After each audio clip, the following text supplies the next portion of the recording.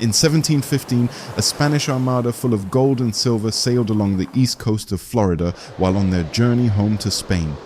A hurricane swiftly moved in, and the sea claimed the ships and treasure. For Brent Brisben of Montgomery, Ohio, life was routine. Having made a successful career in real estate, it was on one ordinary afternoon at the beginning of 2010 that Brent heard the story of a Spanish convoy that went to its watery grave against the coast of Florida some 300 years ago, carrying untold riches, gold and silver coins, exquisite jewelry and precious artifacts bound for Spain and King Philip V. The idea of millions of dollars of treasure hidden beneath the sea captivated him. It haunted him for days as he continued to research the wreck. The more he read, the more he became intrigued. Over 300 years ago, the complex web of European royalty played a crucial role in shaping the future of nations. King Philip, born in 1683 into the French royal family and grandson of Louis XIV, became King of Spain through an unusual chain of events. His great-uncle, Charles II of Spain, died childless in 1700 and named Philip as his heir, bypassing Philip's father and brother, who were in line for the French throne. Spain, enriched by gold and silver from South America and Mexico, faced challenges in transporting this wealth because of wars with France and Austria. After the war ended, Philip tasked Captain General Don Juan Esteban de Ubila to command the Plata fleet of 12 ships to bring the treasure stockpiled in Havana, Cuba, back to Spain. Tragically, on July 30th, 1715, as the fleet sailed near the east coast of Florida, a violent hurricane struck, destroying 11 of the 12 ships. Although some passengers and crew survived, the storm destroyed the treasure-laden ships. In 2010, Brent, who was not a diver or a treasure hunter, found himself irresistibly drawn to this story. When Brent and his father finally learned the salvage rights to the 1715 treasure fleet were available for purchase, Brent told his father, "Let's do it." They founded Queen's Jewels to purchase and hunt for the treasure. Under the blistering Florida heat and oppressive humidity, armed with metal detectors, underwater excavation tools, and unflinching determination, Brent and his team got to work. They began by searching the beaches where it was thought the shipwrecks were. It was difficult at first.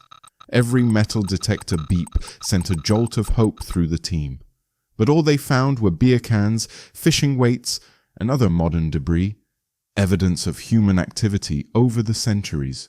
The treasure that fueled their dreams was nowhere to be found.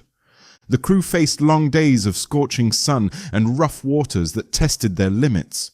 17 days into their quest, one of their subcontractors discovered a bronze swivel gun from the fleet.